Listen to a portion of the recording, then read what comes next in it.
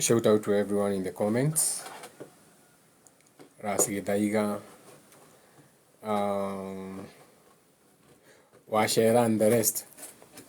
So it's that time of the year again, Sagittarius season. So a lot of you are about to start going up country. So most of you will be going home, not because you want to go home. You have no intentions of going home, but most of you will be going home because you have to. Because you have been brought up in a community that every few months they have to see you together in a family setting.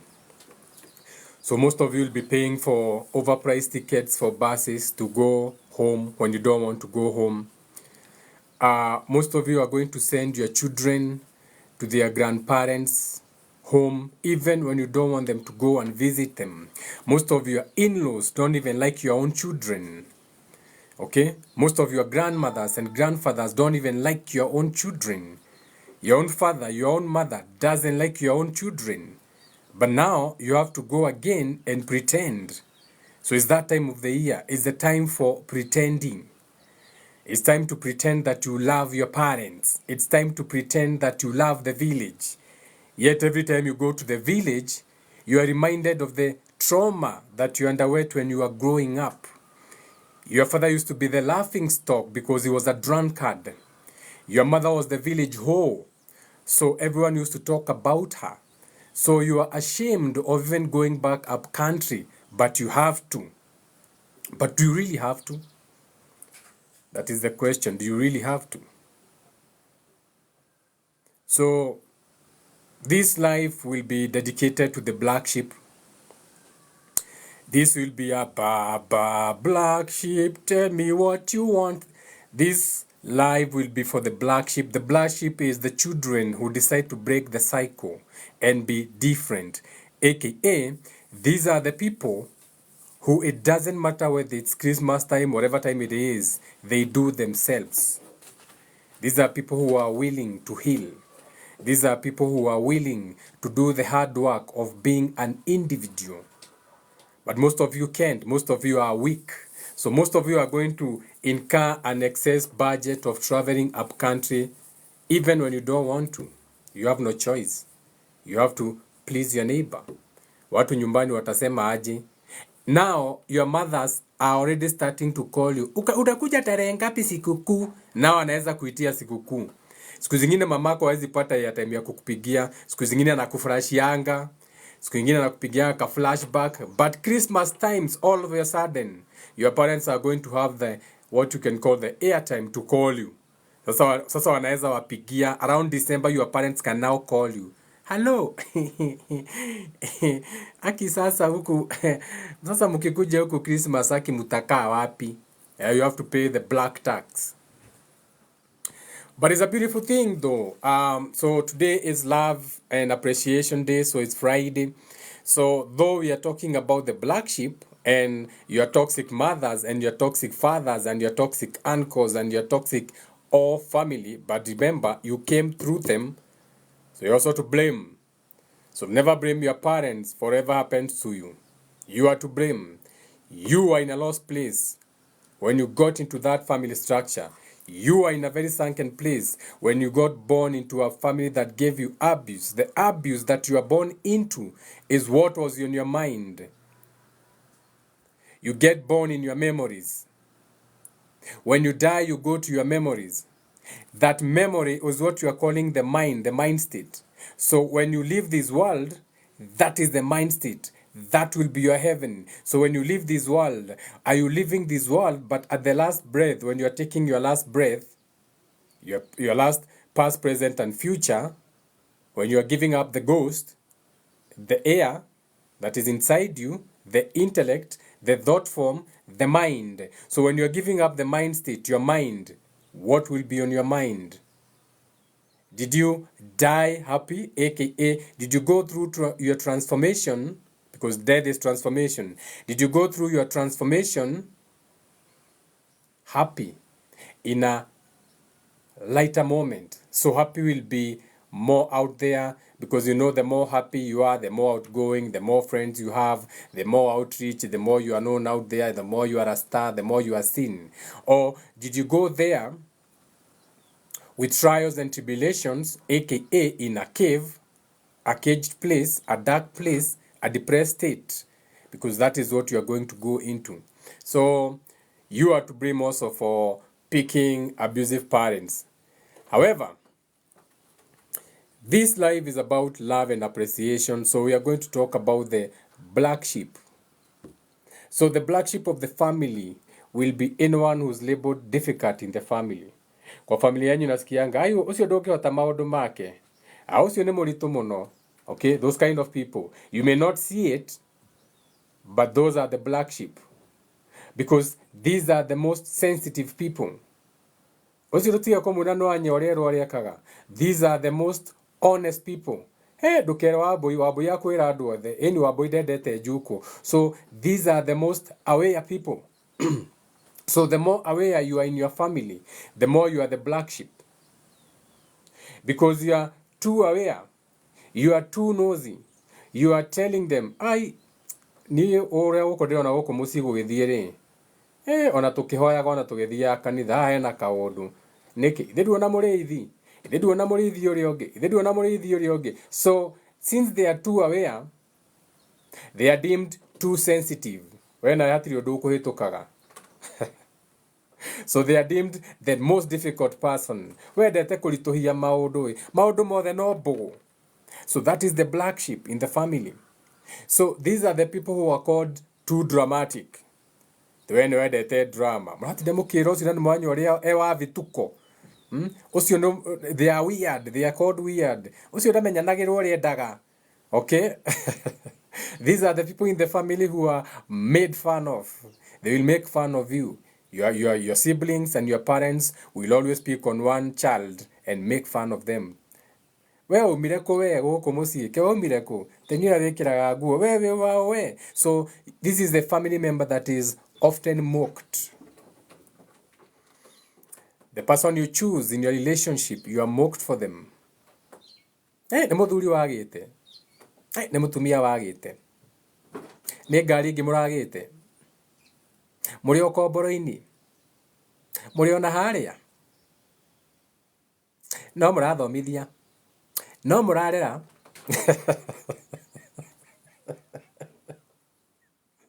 They are full of sarcasm. No murarera. Wao unajua vizuri sana, anajua whatever you are going through. No muratirithia. So these are the people who are very often, you find everybody mocks them. So this is the black sheep in the family. Okay? So this is someone who has always felt alone growing up. You grew up with your siblings, your mothers and your brothers and your sisters, but you felt alone. You have never felt like you belonged.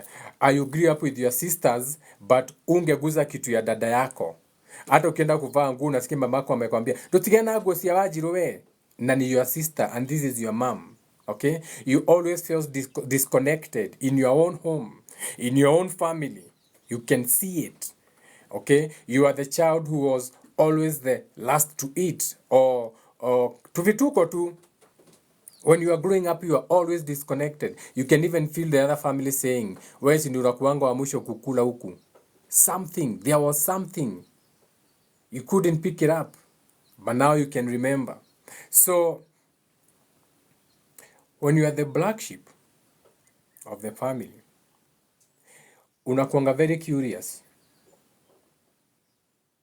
Why is our family like this?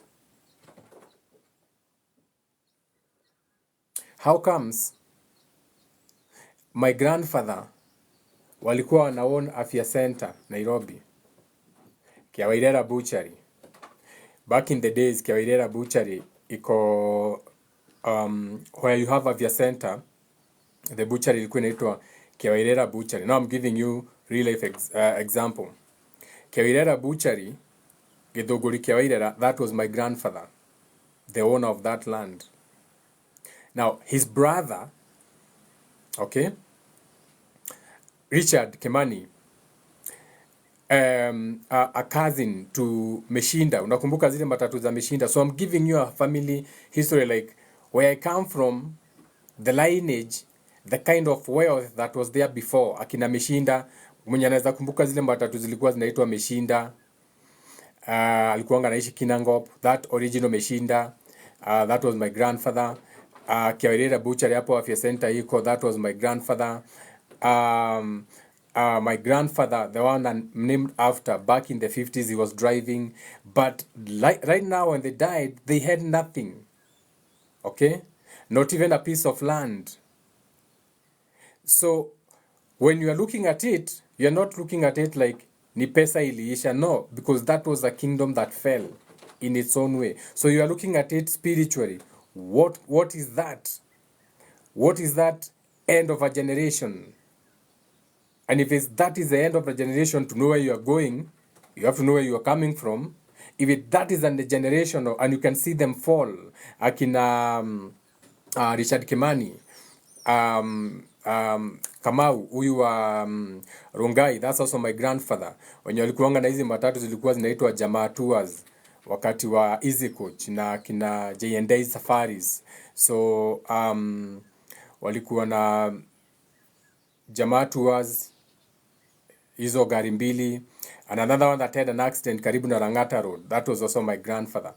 My other late grandfather, anyone who knows him, Jamii. Ukienda Ruai, hakuna mtu ajui Jamii. In Ruai, everybody knows Jamii. Ukienda Kawangware Parish, you go in hapo Setre supermarket, huyo John, my grandfather John. So you are looking at the generation and you are looking at why have these people fallen like this? How comes their children are in the dirt? How comes there was so much dysfunction? No wife was with them. How comes there was no family structure? It was a scattered family. So you are looking, so these are the people who are called the black sheep in the family, because you are aware of your family's dysfunction. So when you look back into your family, I'm not saying that education is the best thing, but hakuna mtu ushaienda kwao graduation. In your whole family, you have never attended a graduation. I'm not saying a graduation is a value of life, but for this worldview, in your world, it's important. But when you look into the family, this is just for learning example, unaona ujaienda graduation kwenyu hata moja, ujaisikia mtu amegraduate. So you are looking at the family's dysfunction. That is where you're the black sheep, because you are questioning. You can tell something is very wrong. I've come through a lineage, but now you are looking at yourself in the mirror. You're like Michael Jackson. I'm starting with the man in the mirror. So you're looking at yourself in the mirror. You're looking at your brother, your cousin, your uncle, your grandfather, your great-grandfather, and all you can see is poverty. So you know that mindset is in your mind. Wewe sasa. Wewe. You start with yourself. You're like, shit. For me to have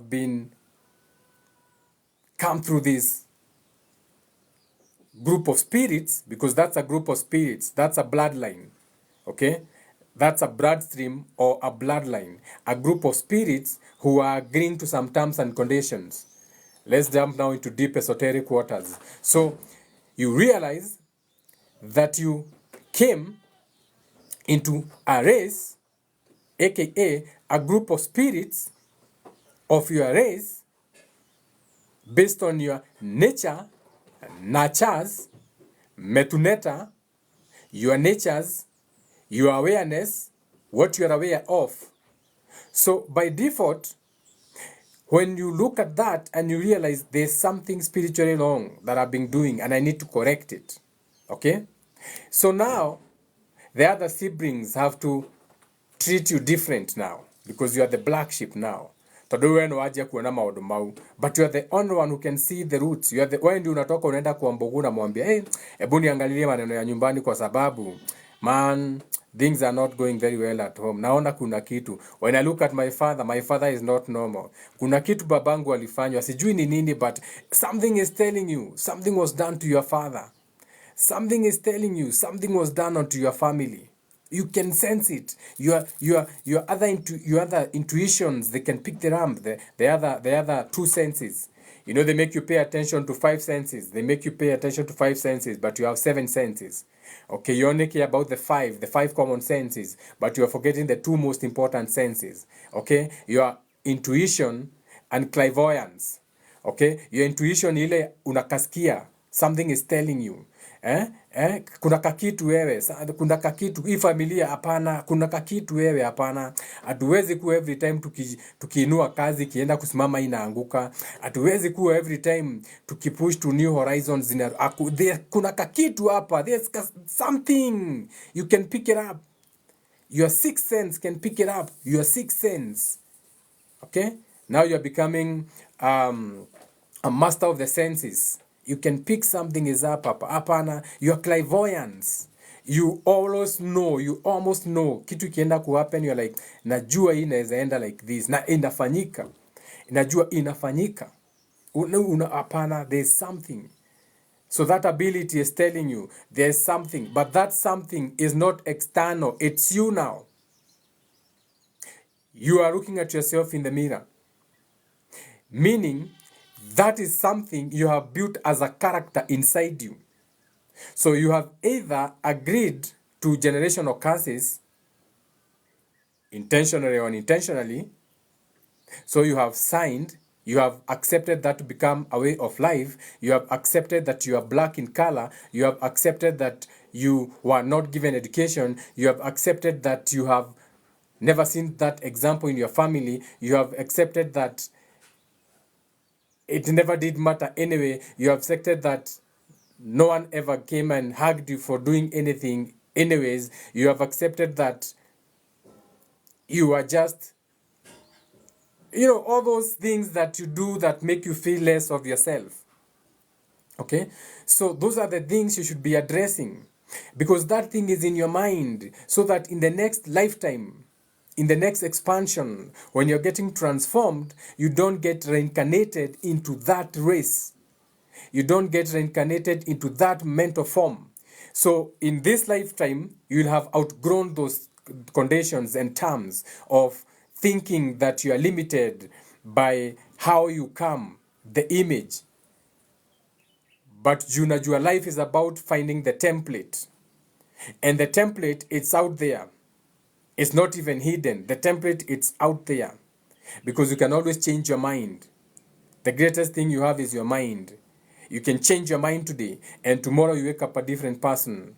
You can change your mind today, and tomorrow you wake up and start that extra thing you have always put on the side. You can change your mind today and leave that relationship. You can change your mind today and shed those lacking thoughts and feelings you put on yourself, and you see someone new, someone transformed, someone who has healed. Okay, it's all in the mind. So your mind is very important. So this life is about the black sheep.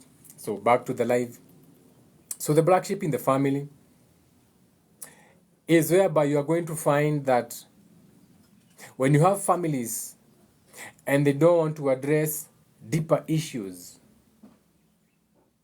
So your father will always fight your mother. He never apologized even to you. He would come, break windows, beat your mom. He never even once up to date apologized to any of you as a children. So that means in your family, you don't even know how to address issues on a deeper level.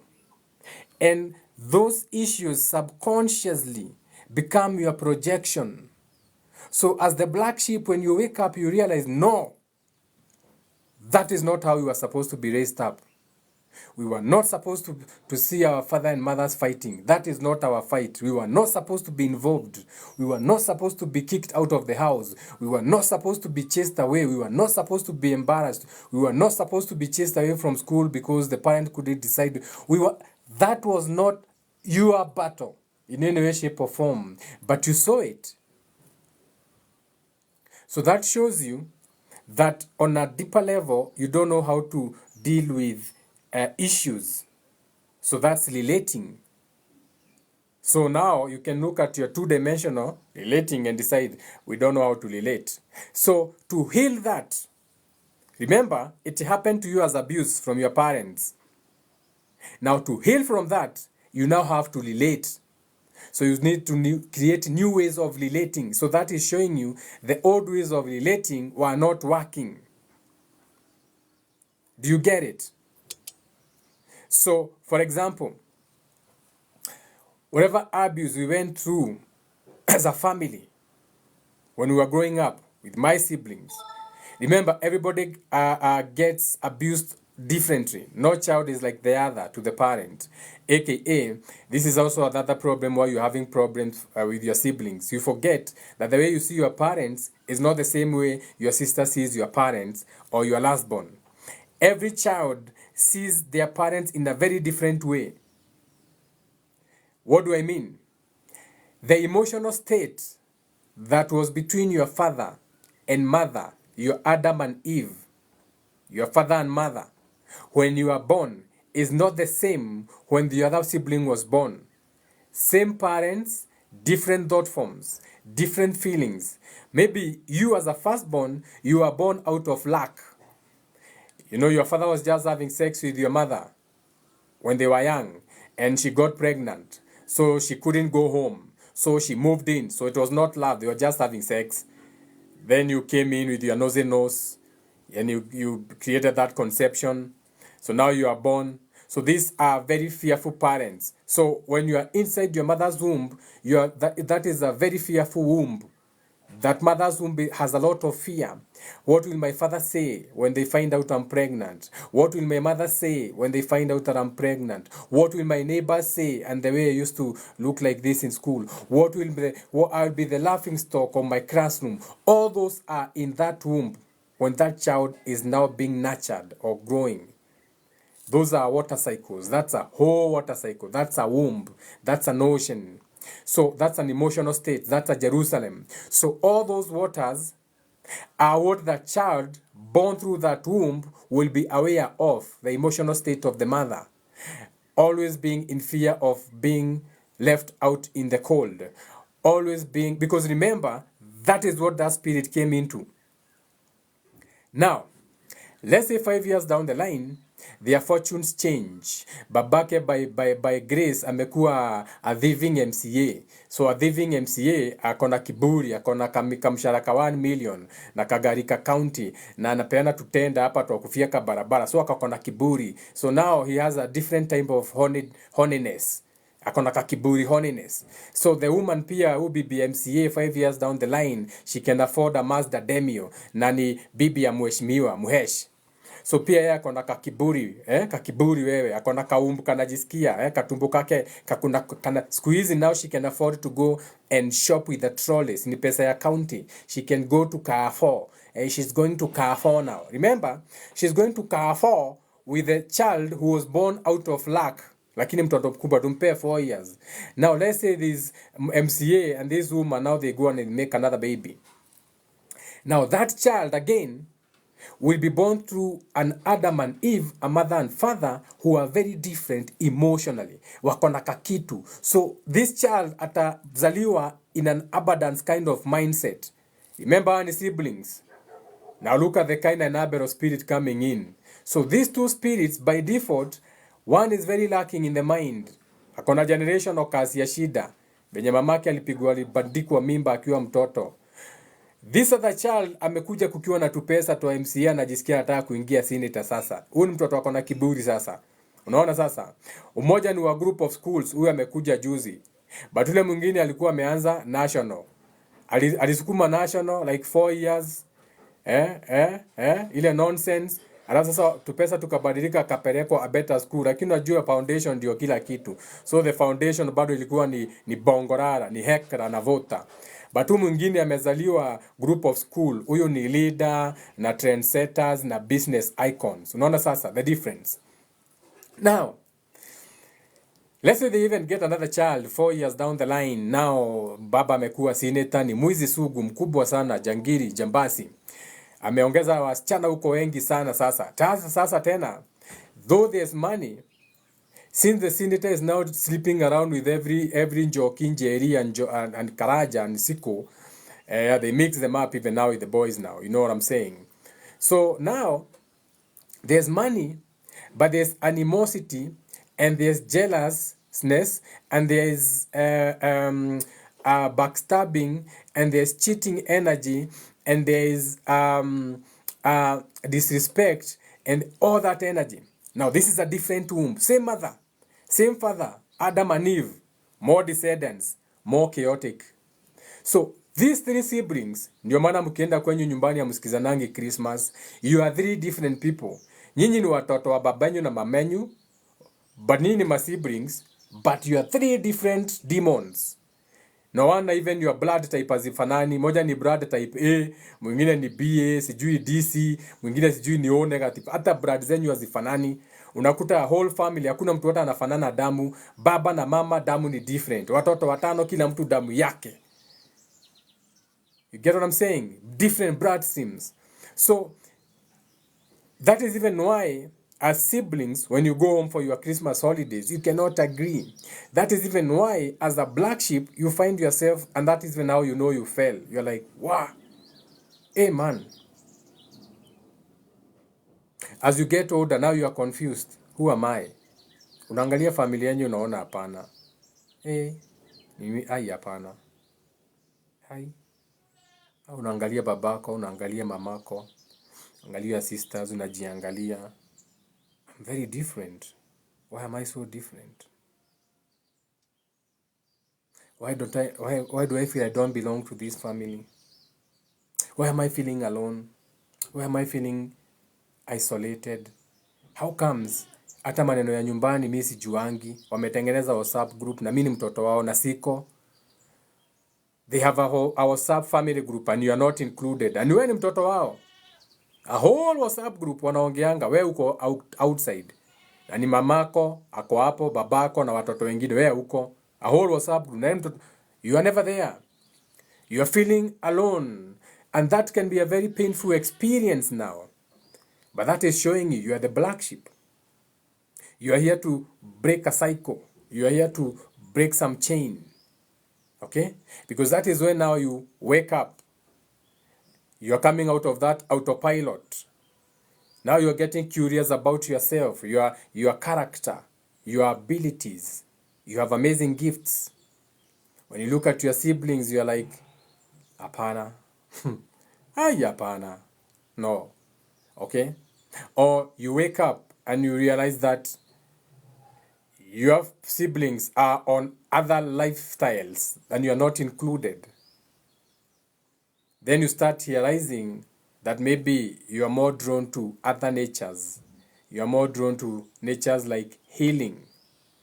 You are drawn to more natures of having a deeper meaning of life. You are drawn to having a deeper meaning of creativity. So it doesn't have to look like them. Okay? Then you start to rebuild your life now. You start healing.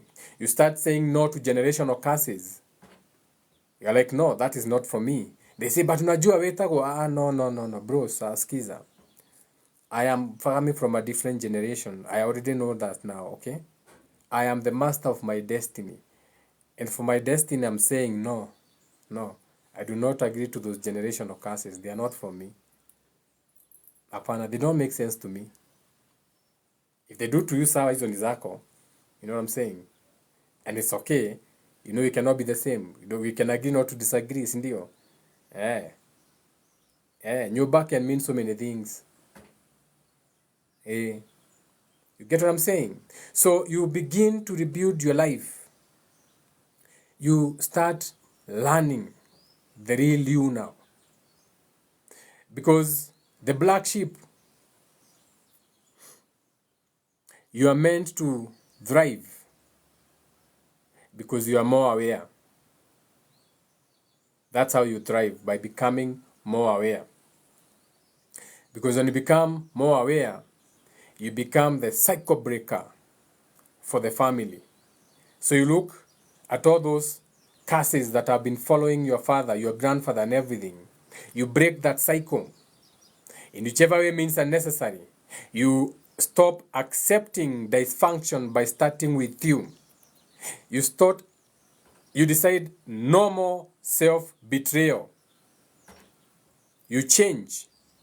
You become the change. You say, no more self-betrayal. When I look back, my father was betraying himself in his abusive life. My grandfather, my grandmother, the same. Okay? So I'm going to start taking care of myself today.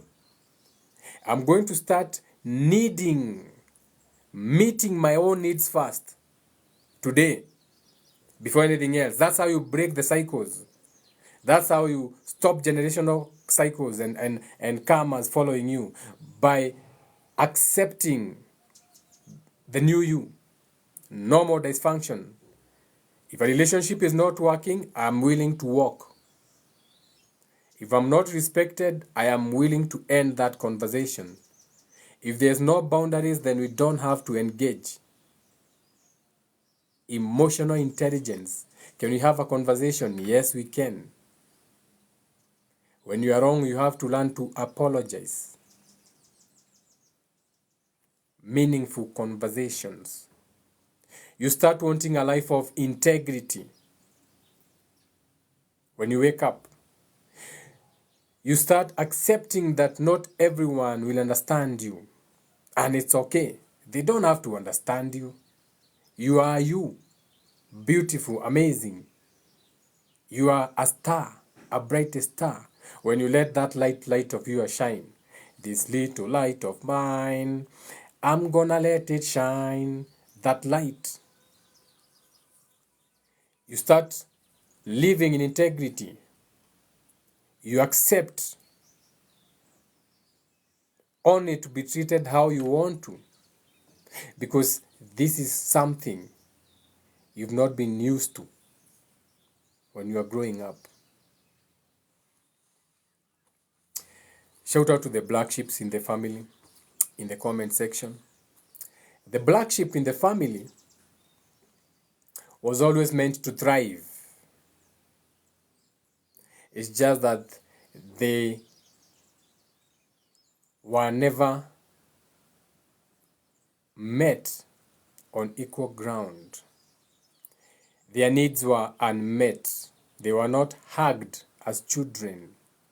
They were deemed difficult children, so they were not hugged. Mtoto anisumbua, mtoto anakaa babake, mtoto anakaa mamake, mtoto ni wa nani? Language. The parent didn't have to say it. The child could pick. They were the black sheep. They didn't even have to hear it. Unakaa nani sasa huku? Wewe ulitoka wapi? Wewe amuhire kole koe? Wewe umire koe? Wewe mwana wao.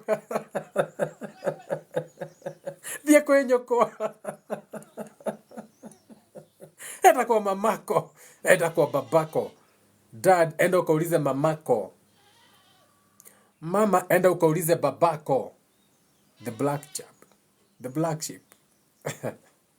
Always meant to thrive, but your needs were never met. Let this life be your validation to keep going and to know that you are just misunderstood. Black sheep. Shout out to everyone in the comments, each one teach one.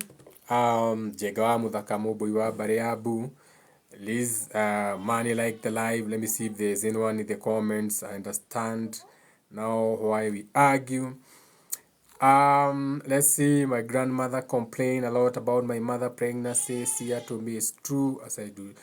Shout out to everyone in the comments. Much love to you. Dayo boy to John Tewa Nails. Wemwega Jenga. Usione Nyambi Kamau. Nambi Kamau. I'm the one who's supposed to ask you Wemwega. And the reason a woman would be asked Wemwega was the man wanted to know if she was green to go, good to go. Her menses, are you green? Wemwega. So it was a greeting from the man to the woman. Wemwega, are you okay? Are you green to go? Okay? Are you on orange or red? Wemwega. Otherwise, you're supposed to say Dayo, we muhoro na vitu kama hizo. But I can ask you though. But you see, I'm the man now. Unless you want to ask me if I'm hard na vitu kama hizo. Story for another day. Every day I wake up with a bonus, so you have my question. Bona wakes me up in the morning. It's good when your bona wakes you up in the morning. You know, to be woken up by a kingdom just disappears like that in the thin air. Yes. Yeah, so that is how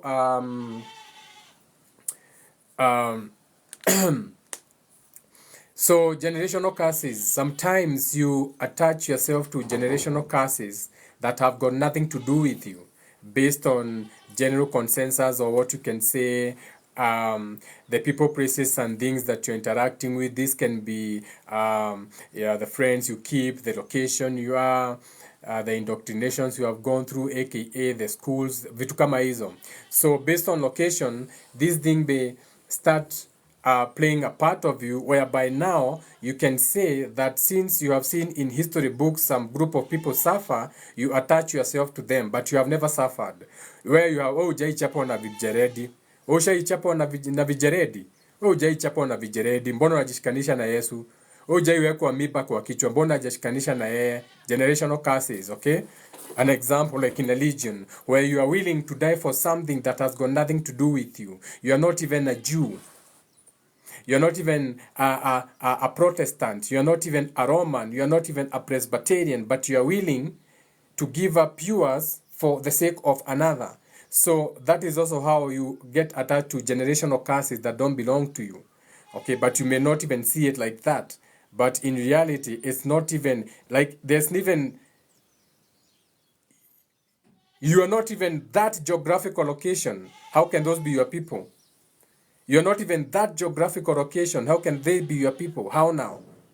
Yet, your neighbors across the border, not even across the border, your other races, you can't even accept them. You can't even accept your daughters to marry those other races. Msichana wangu hawezi olewa na Masai. Msichana wangu hawezi olewa na Mkikuyu. Mkikuyu hawezi olewa. Kama huwezi pita hapo, but you are willing to tell us that someone died for you in a location that's not even miles away. Some of the generational curses you attach to look like this. So since now you have a dark skin, you are willing not to take opportunities to go abroad. So to you, it looks like betrayal when an opportunity comes for you to jump on a plane and go. You feel like you have to die with your people, be with your people, but your people are not adding anything to you. Yet you know that wherever you go, you always want to be with other people. When you go to a party, utakangi mko na yeye, unaanza ukatafuta utakatia nani. Hata kama umeletwa na mwingine, unaanza kuona kama kuna chali mwingine, and that's natural. Okay? That is even why people didn't marry their sisters. They would go and marry something outside. So you already know, by default, you want new things. You want new people. You get bored easily. But when it comes to leaving the country to go to greener pastures or try other relationships, you are bound by generational curses of your skin color. So you believe you cannot go and thrive outside the country because of your skin color. You believe because you are an African, you cannot fall in love with someone from a different race. Generational curse. Okay? Yet that is how we created what you call incest. And children born out of wedlock. It's what you call the lost tribes in the Bible. That is how we created the lost tribes, where people fucked up and mixed up so much we couldn't even track them. You can't even tell you Joroge or Kamau. All the way to now, most of you have a last name that is an English name. esoterically speaking now, to see how you are the lost children, the lost tribes na vitu kaa hizo. So generational curses go deep. You really have to see them. Don't just look at your family that is not thriving. Look at your mental state. The mental state that stops you from going to invest in Nakuru or Naivasha, where you can be a billionaire overnight. But you'd rather struggle hapa Nyamakema kwa sababu as a generational curse, you don't feel like you should live and go amongst other races. But you claim you are free. But you cannot go and open your business in Kisumu, where you can become a billionaire. Generational curses go deep. So you'd rather struggle with your friend, your neighbor, mnafunga saa 6, mmeandika wasichana almost naked, and you're the best nyama choma, baadaye uende tu Kisumu and you set up shop. So other people come and do it for you, the Indians. And they continue growing. And now you have the Somalis, and they continue growing. But your generational curses on skin color and race still cuts you down because you accept them through oral tradition. You have been told you can't not mix with this race. You have been told, but you like watching other races marry. You are looking on your TVs with oh my God, oh. But you are limited by your generational curses and what you have accepted when it comes to you. It's about time you start looking at the man in the mirror, you, and change the mind state that you are in. That is how you grow your mind. That is how you go to heaven. Heaven is not something outside you, above you, over your head. Heaven is something expanded, something lighter. So anything that is light has to ascend. So heaven is more light. More light, L-I-T-E, means you have shed so many terms and conditions. You are neither for nor against because you know what happens. You know the terms and conditions that have to come together for something to create a shade. Okay? So you are not biased even when it comes to business. You understand even how business works. You understand about the Red Sea in the Bible and the Blue Sea. You understand that the Red Sea is every time you are going through what you call passion, aggressive kind of energy in the skies. So you understand that alignment. You understand when you are going through the Blue Sea, the Commerce Seas as an alignment where we are more into our emotions as a world, as above, so below. So now you're understanding the Democrats and the Republicans, the red and the blue. So it's so you know of the world events. You know it's not a coincidence. You know that these Democrats and Republicans, it's as above, so below, people who know, and they are practicing that as a witchcraft on the world. Okay? Those kind of awareness. So you are neither for nor against. So when Mavado and Mavado from Galicide and Gaza, Vibes Cartel. So when Mavado and Vibes Cartel are fighting, okay? When Mavado and Vibes Cartel are spitting facts, you know, mnajua venye tunasema Vibes Cartel na Vibes Cartel and Mavado, Gaza, Vibes Cartel and Mavado, okay?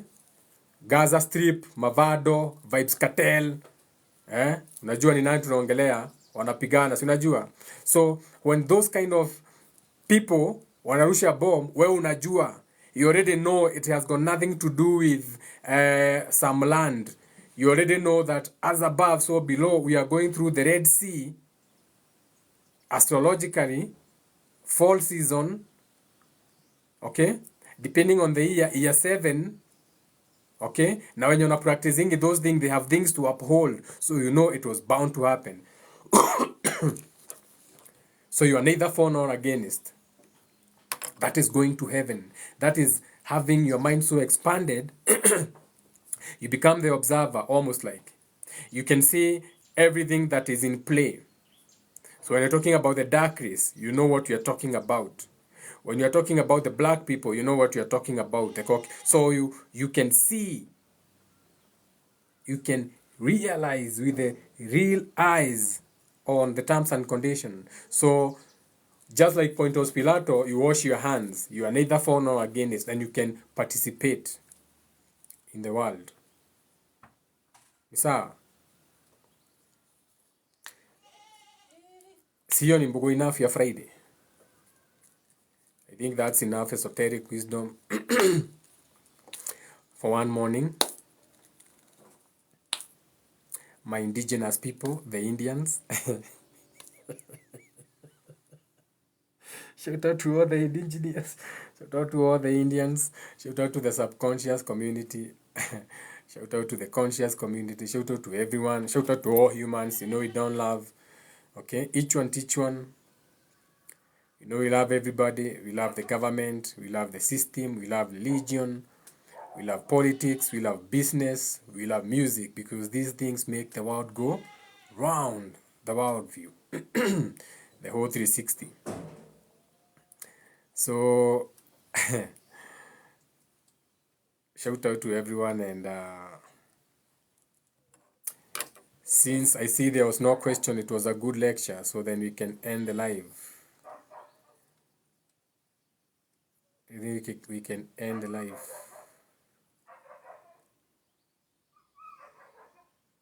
Someone is saying they have healed through me. You have remembered. Me, I just reminded you. Just reminded you, and then you did all the work, you did all the shedding, you did all the healing for yourself. I can only remind you of something that you know. Who said you don't know? Who said you don't know? Maybe you forgot, but you know. All these things you know, you just need to remember them. You just need to go outside and see it for yourself. Go out in nature, you can see it in nature. Be self-taught. The people who wrote the books were not given books. They came up with the mind states. Those were their mind states. Those were their conclusions. Those were their observations. Those were their Galileos. You can be your Galileo. Okay?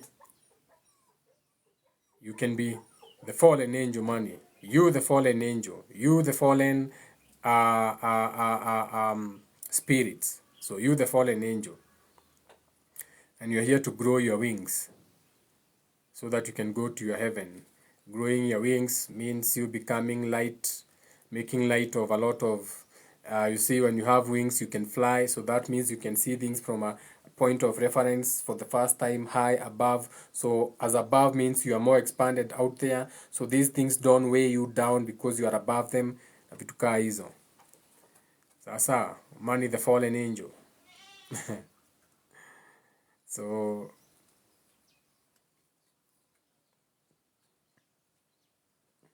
stop giving up your power so easily. You have so much power. You can bluff. You can pretend to go along, but don't go so quickly before you have discernment. Don't be so quick to give up your energy.